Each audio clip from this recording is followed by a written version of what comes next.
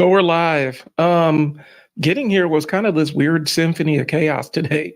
On today's episode, it's going to be a two-parter already because I'm running way behind. We're going to talk about focus and how focus can be the sticking point in your business. Specifically, my journey as a business owner with ADHD. And there's a story that actually ties into why this episode is going to be a little bit abbreviated. So what we're going to do is we're going to roll the intro and I'm diving right in.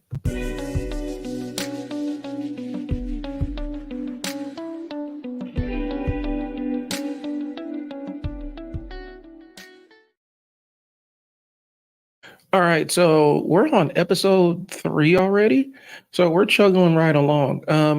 Today's episode is going to be a two-parter. So you're going to see a wardrobe change in between these takes. But I wanted to I made the commitment to go through it, and this is part of me holding myself accountable to get stuff done. We're going to talk about how focus is harming your business growth. And I'll tell you my story, and I'll talk about focus in two different aspects. Focus from the aspect of task-driven to focus on opportunity-driven, and those are two different lanes specifically.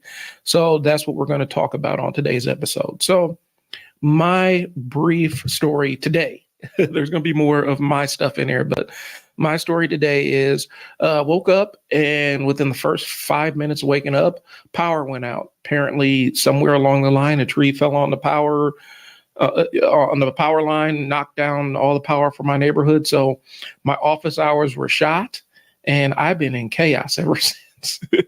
As an ADHDer, I'm a creature of habit, and I set habits and rituals so I can get things done during the time that I have pre-planned. And so when something takes away my ability to work, because a lot of the stuff I was doing was online, emails, websites, updates, and things along those lines, it kind of drops me into kind of a chaotic headspace. And long story short, this is why I'm doing this on a different computer, because I left my computer I normally live stream on at home. Fortunately, I have a Chromebook with me, so that's what today is. But it's one of the small manifestations of my ADHD as a business owner. I am super, like, if my ritual is destroyed, specifically around getting work done, it makes it very hard for me to lock back in and get the work done. And I don't do well I can deal with shifting circumstances if I have to improvise, but if it's something I planned out and all of a sudden everything's upside down, it's hard for me to adjust. And it sounds weird, but in a group home, I was able to kind of navigate that chaos because I was able to shift from one thing to another. Running a business, it's not always that. So we're going to talk about the two different lanes of focus we're going to that kind of plague business owners, specifically those with ADHD. The first one for me specifically is that task focus. A lot of people misunderstand when we talk about ADHD. It's not that I have an inability to focus on things. A lot of times it's an inability to control what I focus on and the extent of how deep I focus on it. So if I'm working on editing a video in my living room, and I was just talking to a friend about this, if I'm working on editing a video in my living room and I see a squirrel run by the window, it's not that my mind goes, squirrel. It's, oh, there's a squirrel. I wonder, if he has any siblings, where he's coming from. What tree is he around here? Oh, I need to get these trees cut down. Man, I need to figure out how much it's going to cost to get these trees cut down. Let's see. Let's look at arborists around here. And so it goes to 1,000 different places. And invariably, it always ends up somewhere where it's not connected to what I'm working on. And shifting, not being able to go down that rabbit hole is actually kind of painful for me. So drawing attention back actually drains the mental reserve. And I believe in my mind, other people's mind, but in my mind specifically, I kind of imagine that there's a specific reserve for productive activities. And every time I have to refocus on it, I have to draw something from that reserve to get things done. So I can get things done. I work at my own speed. Sometimes if we're pressed on time, I can get it done pretty quickly. But it's a challenging thing and it kind of leaves me exhausted.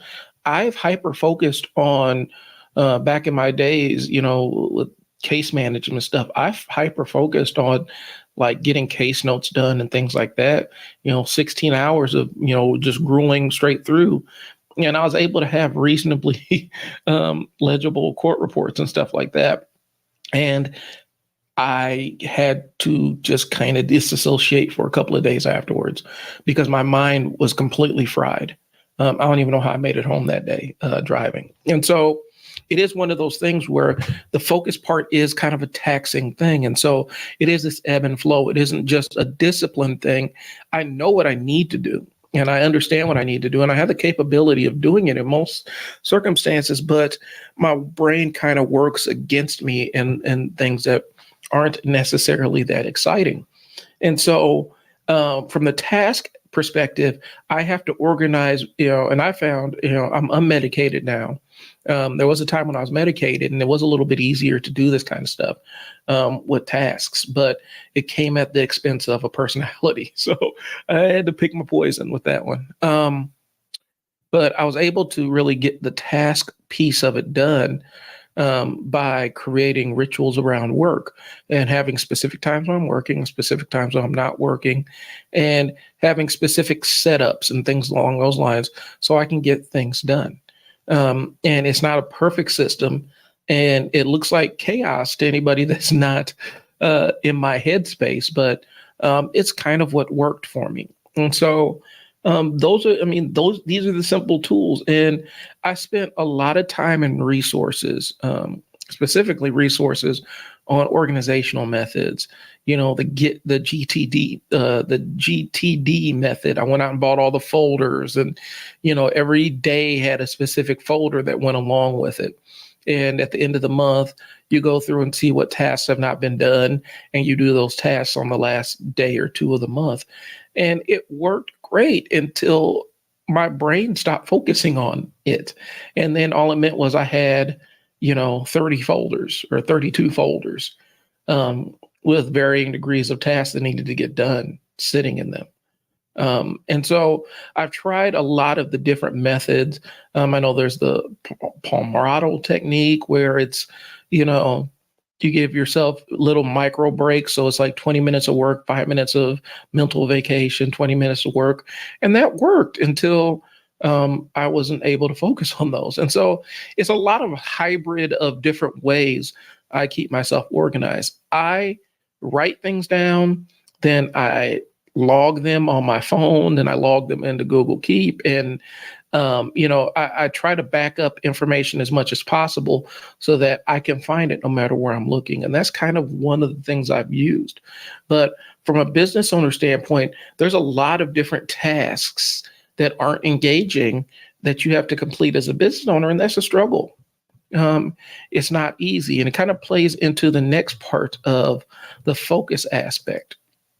For me specifically is the bright, shiny objects syndrome. And that one is where I'm working and I get an idea. And instead of being able to just catalog that idea into write it in a notebook or anything, my attention has to go to that idea and fleshing it all the way out. And I get bored easily with tasks that I know how to do already. And so the way it breaks down for business owners, and this doesn't even have to have anything to do with ADHD, this is just business owners. We do that bright, shiny objects with, we do bright, shiny objects a lot with business models. It's a challenge. We find new horizons and new opportunities and constantly are searching for new methodologies to get the, new ways to do business and new activities that are exciting and thrilling for us. And that's the challenge. And it can weigh a business owner down because you're working on this thing that's really lucrative for you and that's working out great, but it's boring and you know how to do it. And it's not new and exciting and sexy like this new idea that you came in and like, oh yeah, I could really work on this thing. And I could really learn it and flesh it all out. And I think it'd be a great opportunity for me. But then this other opportunity comes in and that looks great. And what happens is we start becoming consumers of new opportunities and business models, and then the ones that work, we just forget about them and leave them on the side of the road. And that's a big problem for business owners, because when you control your own time and you control your own business, you control what direction your business actually goes in. Sorry, bumped the microphone. But we control the direction the business actually goes in. And so when you have that level of control, it is really easy to say, "Ooh, that opportunity over there looks amazing. It looks like a great opportunity." And man, I love to learn more about that opportunity. Then you start learning more about the opportunity and you're like, I can really do this. And then you start the process of doing it. And then you realize, I don't know a damn thing about this. And now you have to invest time in learning more so that you can become proficient enough to execute on this opportunity that you've had. And all the while, the opportunity you're chasing is removing your mental resources and your physical resources away from the business model that's been working great for you.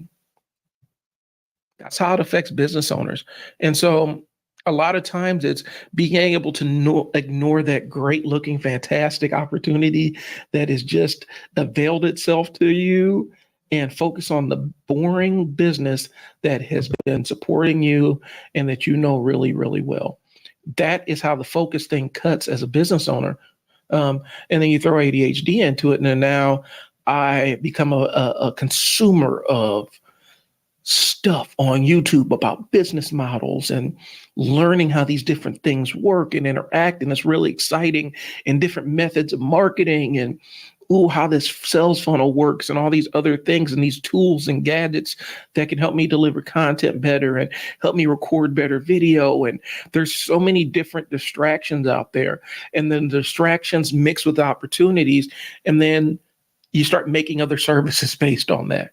And so the menu of services expands, and the more services you have with fewer people, and still a 1 or 2 person operation, the more services you have, the more things you have to learn about how executing the back end of those services and how to market that to that specific audience for that service. And it ends up becoming this big snowball of possibilities and things that you can do.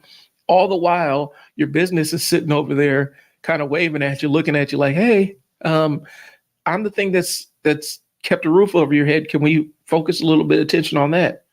No, you're boring. Go sit down. I want this beautiful new sexy opportunity over here, and I can roll out all these services. That's where it hits you as a business owner.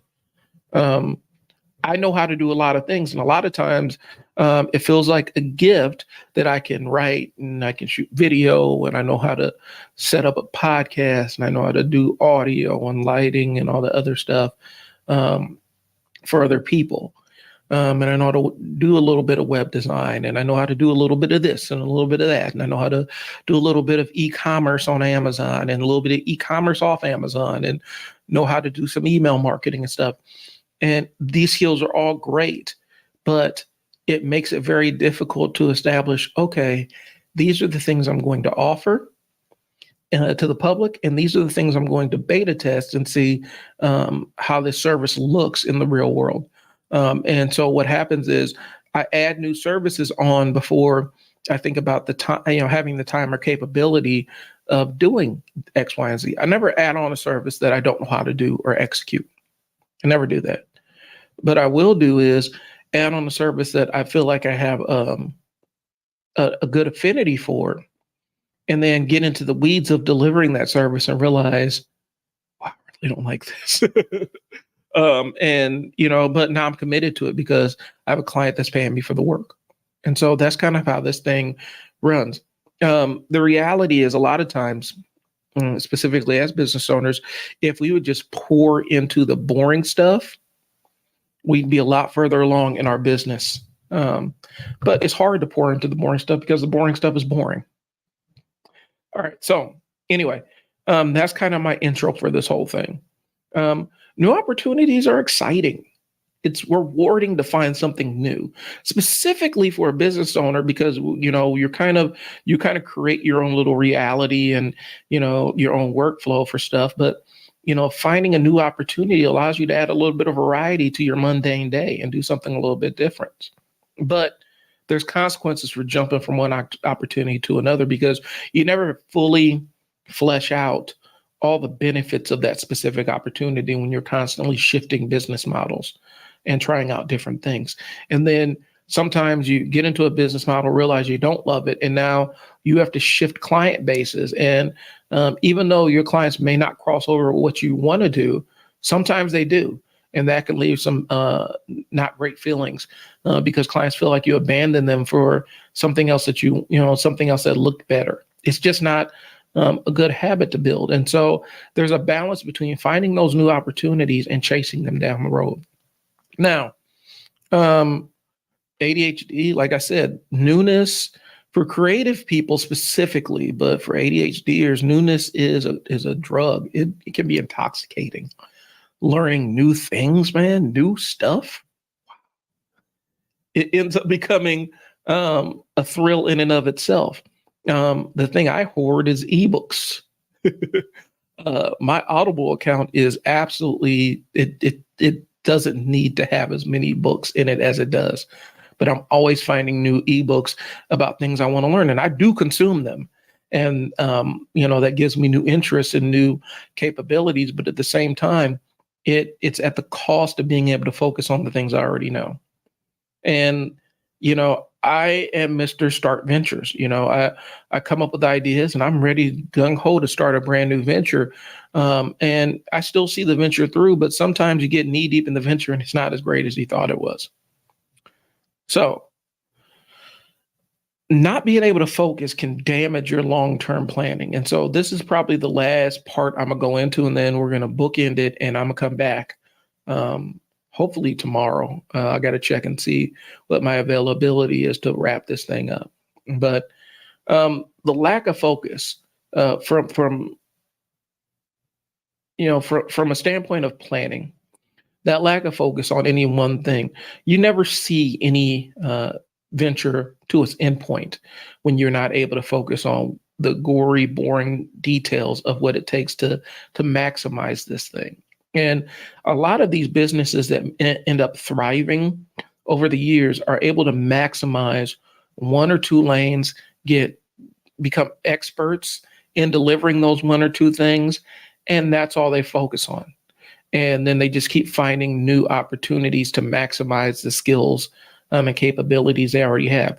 They don't just keep adding new arms and legs and appendages to the things that they have already created.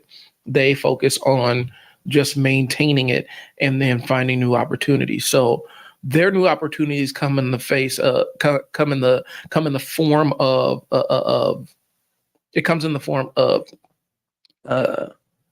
finding new markets and things along those lines to deliver the same services, and finding new ways to repackage the same services, or taking services you're already delivering them and optimizing them all the way out so they become best in industry level solutions.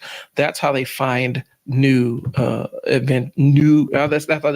how they capture newness. Anyway,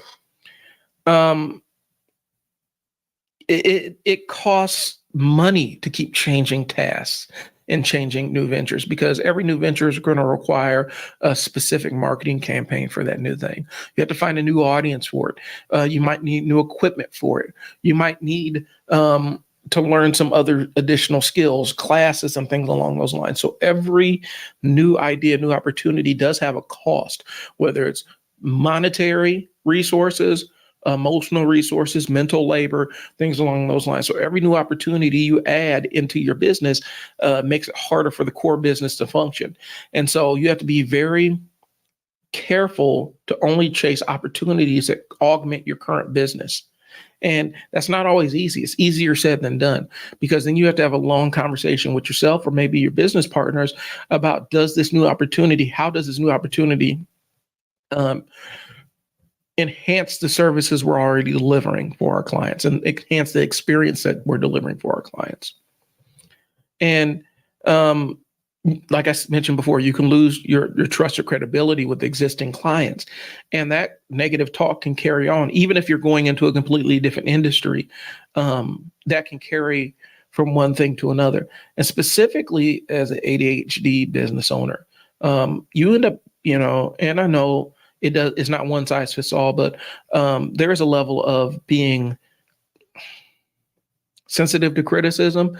And a lot of ADHD people I know, when it comes to criticism, they're their own worst critics. But then you have a critical voice that never shuts up, and it goes constantly. It's like a radio drumbeat of negative things being said about you, and doing highlight reels or low light reels of things that you've failed at. And it can end up becoming a negative cycle for yourself. So the goal is striking that balance and when to pursue new opportunities. And so I think, matter of fact, I think I'm gonna dive a little bit more into this one because I got a little bit of time before I got to go pick up the kids. So it's striking that balance between, is this opportunity something that's going to benefit me in the long run? Is it going to, what's the word for it? Is it going to enhance my life, my personal life, the life I take home and share with my family? Or is it going to enhance my business and make me able to deliver higher quality services and give my clients a better experience? Those are the things you got to weigh. Or is it going to take me in a new direction and I'm going to be able to find new clients that can coexist with my old ones? And you got to balance about, okay, so how do I maintain my new client base without scaring off my old one? And these are considerations that you have to take. And for us, a lot of times when it comes to that level of planning, that piece is exhausting enough. So I have to think about all this other stuff before I do something, before I take an action. I have to actually sit down and think about it. What? Who wants to do that? Who wants to do that? Who has the energy to sit there and think about consequences before you take make a serious financial commitment or serious emotional commitment to something? Who wants to do that? Not an ADHD or shoot. I just want to be able to make the decisions, and it operates in a bubble. And if the decision is bad, I pretend like it didn't happen. You got to understand this. That's the challenge. And it's being really real with yourself. And there's a level of accountability. See, these podcasts relate. The first one was accountability. This one is about focus. The last one was ADHD took it, it'll bring it back. But what I'm saying is this. These podcasts relate because they're kind of documenting my journey as a business owner and some of the things I have to struggle with on a day-to-day basis. You do need to sit down and look at your return on investment. Is the time, energy, and resources I'm committing to this venture returning in a way that's tangible or intangible for me? Either it makes me feel good about myself, it makes my family life happier, or it enhances my business, or it satisfies some other thing that you need in your life. That's what the return on investment is. So taking up painting, it may not be great for your business. It may not have anything to do with your business, but if it gives you peace to create something, then write it, paint it. I like writing. And so I'm trying to find my way back to writing about frivolous stuff like comic books and comic book movies. And a lot of that got sapped out of me. It got pulled out of me when my mom died. So it felt all pointless and frivolous, and I'm trying to return back to it because that was a happy place for me. It's being able to opine and write about that kind of stuff and podcast about it. So it may not bring me money, but it actually brings me a little bit of peace and happiness, and it's something I can look back on and say, I created that. So that's what you got to look at, a return on investment. And it's not just money. It's, what does this thing return to me? And what does it make me feel more whole as a person? And then setting your boundaries with it. And for ADHDers, that's the hardest part, to not let this new interest take over your life. It ends up becoming, it's like, why people tell me I should be on Jeopardy, because I love trivia and I have a lot of it banging around in my brain, a bunch of useless knowledge that will never benefit myself or anybody unless I actually go on to Jeopardy. And if I went down that rabbit hole, what would happen is I would amass all this knowledge of trivia and still never follow through on the paperwork going to Jeopardy. So it's setting boundaries and being able to say no without feeling some residual guilt, because that one is an everybody thing.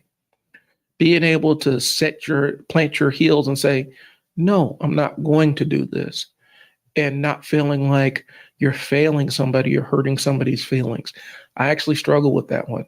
I've been known to really bite off more than I can chew because, I want to make somebody happy. I want to make their business better. I want to make their nonprofit thrive. I want to do X, Y, and Z. I want. But I also need to look at what I can and what I'm capable of and what I can do without sacrificing parts of myself to do it. And so that balance between setting that strong boundary and saying, no, I'm not going to do this is not an easy one. And it's one of those easier said than done kind of things. So let's see where we're at here. We're about 25 minutes in, and I have to go pick up children from school. And so I got about 5 more minutes on the live stream. So what I'm going to do is I'm going to talk about what we're going to talk about on the next couple of episodes, and then I'll probably backtrack a little bit and summarize and give you some stuff that I actually do. But the next part is going to be strategies and when to pursue new opportunities, and maybe have a framework on when the opportunity is a good one versus when the opportunity is a bad one. And sometimes you don't learn because the other podcast that ran away with my ADHD brain is now coming back to me. You don't learn that a new opportunity is a time trap until you actually get your hands dirty and start executing on that new opportunity. So being able to be at peace with yourself to say, okay, I've learned about this thing and I don't like it, and I'm trying to escape from doing it, and I want to put this thing down. Knowing when that new opportunity ends up becoming a time trap versus when it becomes something that's viable, and drawing the line and understanding when that is. And maybe go back to talk about how, some things that business owners can focus on in the in the near term to help them on a long-term trajectory. There's a lot of other things I would like to talk about. But if you have any comments or anything about focus or anything, and you see this between now and tomorrow, feel free to drop them in the comments. And if there's something you want me to discuss on here, I absolutely will, regarding maintaining focus as a business owner. But again, is a constant battle. And I'm not saying that ADHD struggles are exclusive to ADHDers, because a lot of these things is just a human condition. I get it. But we also need to give space for other people to express, like, yeah, this is something that I actually have a very difficult time regulating in my mind. And that's probably a symptom of, something that's wired a little bit differently up here. And that's okay. You learn to work within the confines of what you're able to do and give yourself peace for all the things that you're not able to do. So anyway, that was my little live stream for today. Like I said, if you got any comments or anything, drop them in the comment section, and I'll try to answer them tomorrow or Thursday when I come in to finish off. Next couple of things we got coming up, I'm bringing on Les. He's coming back. He's one of my frequent guests. We're going to talk about keeping it, some of the struggles that he's had marketing his business, and some of the things that he's used to overcome marketing things as somebody who runs a creative-based business. We're also probably going to be bringing back Rachel, and we're going to talk about having ADHD as a business owner. So that should be interesting to have that conversation. And I'm saving a lot of tape for that one. I'm saving a lot on the memory card because that one might go long, and it will be awesome. So if you're a business owner out there and you have any unique marketing concerns, or you want to come on and talk about your marketing journey, you can shoot me an email. It's at mail@isellwords.net. I will put that in the banner right there. You should see that. That's the website. Tripping today. It's going to be mail@isellwords.net. That's mail@isellwords.net. Let me get off of this live stream. No, but yeah, or shoot me a comment or whatnot, ever shoot me a Facebook message or whatnot. Any one of these ways is a good way to reach me if you want to be a guest on the podcast. Yep, there it is. So Mel at isellwords.net. And we have a link to schedule podcasts. So if that's something you're interested in, go ahead and hit me up. All right, I got to get to getting. I appreciate y'all's time, and I'll see you tomorrow or Thursday to finish out this conversation. Peace.